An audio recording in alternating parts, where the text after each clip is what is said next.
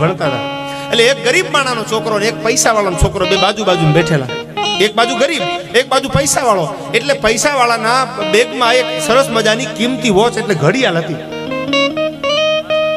ગરીબના છોકરાને પૈસા નહીં, વેતની ઘડિયાળ લેવાનો. એટલે નક્કી કર્યું લાઈને ચોરી લઉં. એટલે પૈસા વાળાના જે બેગ હતી એમાંથી એને ઘડિયાળ ચોરી લીધી.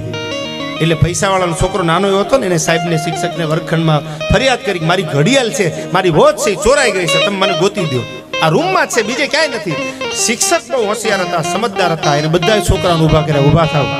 બધા છોકરા ઊભા થયા અને કીધું બધા આંખો બંધ કરી દો. બધા આંખો બંધ કરી દીધી. અને પછી શિક્ષકે ઘડિયાળ લઈ બેગમાંથી, જેને ચોરી હતી ને બેગમાંથી કાઢી અને બધાને કીધું આંખો ખોલી નાખો. આંખો ખોલી નાખી. ઘડિયાળ લઈ અને જે રૂપિયા વાળાના છોકરાના બેગમાંથી ઘડિયાળ ગઈ હતી એને કીધું લે બેટા તારી ઘડિયાળ. છોકરો રાજી થઈ ગયો. આ વાતને 1 વર્ષ, 2 વર્ષ, 3 વર્ષ, 5 વર્ષ, 15 વર્ષ, 20 વર્ષના વાણા વી ગયા. ચોરી કરવા વાળો છોકરો એના જે શિક્ષક હતા એને જોઈ ગયો. જેને ચોરી કરી હતી ઘડિયાળની, તેથી પ્રાથમિકમાં ભણતો, એ મોટો જુવાન થઈ ગયો. સાહેબને જોઈ ગયો, ઓળખી ગયો. ગોહો આ તો મારા સાહેબ છે, શિક્ષક છે મારા. લાકડી પડે પગમાં પડી ગયો. આંખમાં જે આહુડું પડ્યું. પોતાના શિક્ષકને એટલું કહે છે કે સાહેબ, તેથી મેં ઘડિયાળ ચોરી લીધી કારણ કે અમારી આગળ પૈસા નહોતા, ગરીબ હતો. મેં ઘડિયાળ ચોરી લીધી, તમે મારી બેગમાંથી ઘડિયાળ લઈ લીધી, પણ તમે મને એમ ન કીધું કે આ રૂમમાંથી બહાર નીકળી જા, તું હરામી છો, તું પાપી છો, તું ચોર છો. આવું તમે કીધું જ નહીં મને. તમે કાંઈ ન બોલ્યા. એ કારણ હજી મને સમજાણું નથી. મને ઠપકો શું કામ ન આપ્યો? મને શું કામ તમે બેઠ્યા નહીં? ઘડિયાળ મેં ચોરી લીધી હતી, મને શું કામ ઠપકો ન દીધો? કીધી શિક્ષક બહુ સારો જવાબ આપે છો. જેને ભણાવતા ને બહુ સારો જવાબ આપે છે. તે વાત કરીને મને ઠપકો ન દીધો, મને વઢ્યા નહીં, મને રૂમ બહાર ન કાઢ્યો, મને ચોર ન કીધો. પણ બેટા, તમને જે ક્લાસમાં ઊભા કર્યા ને કે હા સાહેબ, ત્યારે મેં કીધું તું બધા આંખો બંધ કરી દો. કરી હતી ને કે હા સાહેબ, તેથી મેં ભેળી આંખ બંધ કરી દીધી હતી. ક્યાંથી નીકળે મને ખબર નથી. ઘડિયાળ યાર, આંખ મારી બંધ હતી. હું ઘડિયાળ ગોતવા નીકળ્યો, કોની બેગમાંથી નીકળી મેં નથી જોયું. આવા શિક્ષકની નીચે જે ભણે ને એ જીવનમાં ડંકા મારી એક એક. મને નથી ખબર ઘડિયાળ કોને ચોરી હતી. મેં આંખ બંધ રાખી હતી એટલે ખબર નથી મારી આંખમાં કોઈ દી ઝેર ન લાગે અને હું મારા વિદ્યાર્થીને ચોરની દ્રષ્ટિએ નજરે કોઈ દી જોવું નહીં. આવા જેના સંસ્કાર હોય અને આવા સંસ્કાર ભેળા કરી અને પ્રાથમિક શાળામાં જે બાળકો ભણીને નીકળે ને એ ભારતનું ભાવિ બની શકે. એટલું યાદ રાખજો ભાઈ. ખરખરો જમાડવાના ન હોય. એ આજુબાજુવાળા મારા તમારા જેવા પાડોશી બધા જમવા લઈ જાય. અમીરાત કેવી છે એનો ગુજળો ઇતિહાસ મને યાદ આવ્યો. એટલે બધા આજુબાજુ વાળા જમવા લઈ જાય. એટલે એમાં એક કરોડોપતિ ઈ જમાનાના રૂપિયા વાળો માણા ડાયરામાં બેઠો. બધા ત્રાણ કરે છે, આ જમવા આવો, અમારા ઘરે આવો. એમાં ખાખડ માણા હતો, કાંઈ ઘરે નથી. એને એમ થયું મારે કહેવું તો પડે ને. બાવડું ચાલીને કીધું મારે ત્યાં શિરામણ કરવા આવો. એટલે કીધું કાંઈ વાંધો નહીં. હાલતા થયા પણ ઘરમાં કાંઈ ન મળે. શિરામણ કરાવવું હતું, મહેમાનને જવાડવા હતા, ઘરમાં કાંઈ હતું નહીં. આવ્યા ડેલીએ બેહાર્યા. ઓરડામાં જઈને આયરાણીને કીધું, પણ હજી શબ્દ મોઢામાંથી નીકળે એ પહેલા તો પતિની માળા તૂટે ને એક એક મોતી ધરતીમાંથી પડે એમ ઠમ ઠમ ઠમ કરતા આહુડા મીડિયા પડવાઓ. આયરને કહે છે તમને ખબર નથી કે ઘરમાં એક ટકલું નથી અને તમે મહેમાનને બાવડું ચાલીને ઘર સુધી લઈ આવ્યા, આપણી આબરૂ નહીં જાય? આપણે જો ઈમાનદારી કેવી છે, આ લોહી બોલાવે છે.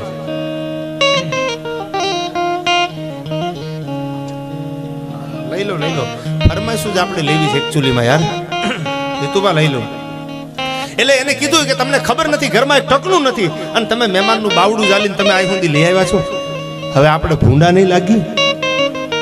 સાંભળજો હવે આ વાત મારે ટૂંકમાં કરવી છે આપને. એ કે આબરૂ નહીં જવા દો, ઉપાધિ કરોમાં. થાળી ઓરડામાંથી થાળી તૈયાર થઈ આવી, મહેમાનને બોલાવ્યા ઓહરીમાં. હો સતીશભાઈ, હવે આ વાત સાંભળજો, મુદ્દો આવ્યો ભોજ.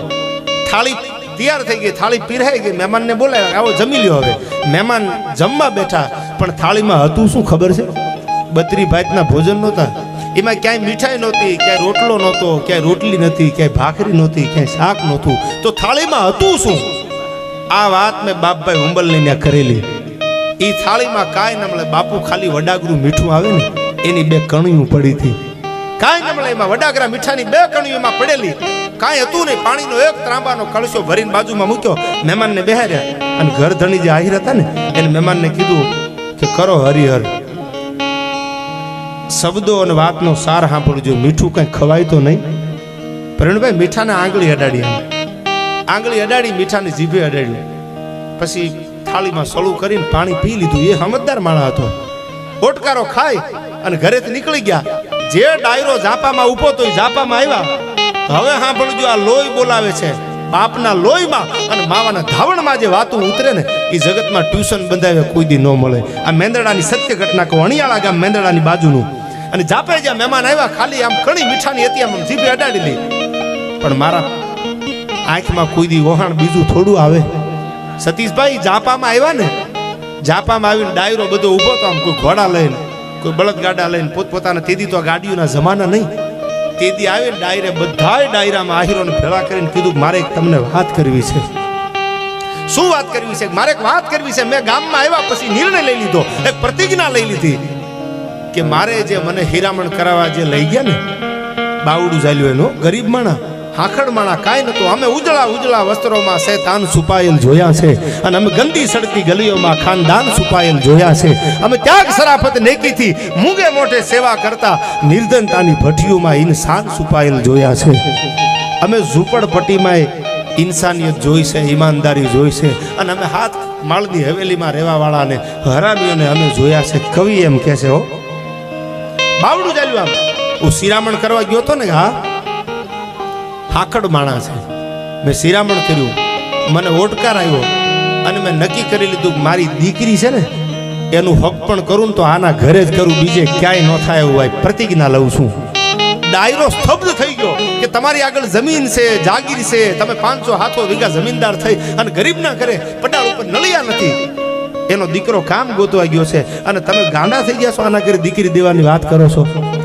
તેદી એને કીધું તું પડાળમાં નળિયા ભલે ન હોય અને દિવાલે ભલે ગાર કરેલી હોય, પણ એની ઈમાનદારી માથે ઓળગોળ થઈ ગઈ છું. વડાગરું મીઠું પીરીને મને કીધું મારા ગળાના હમસે જમી લ્યો.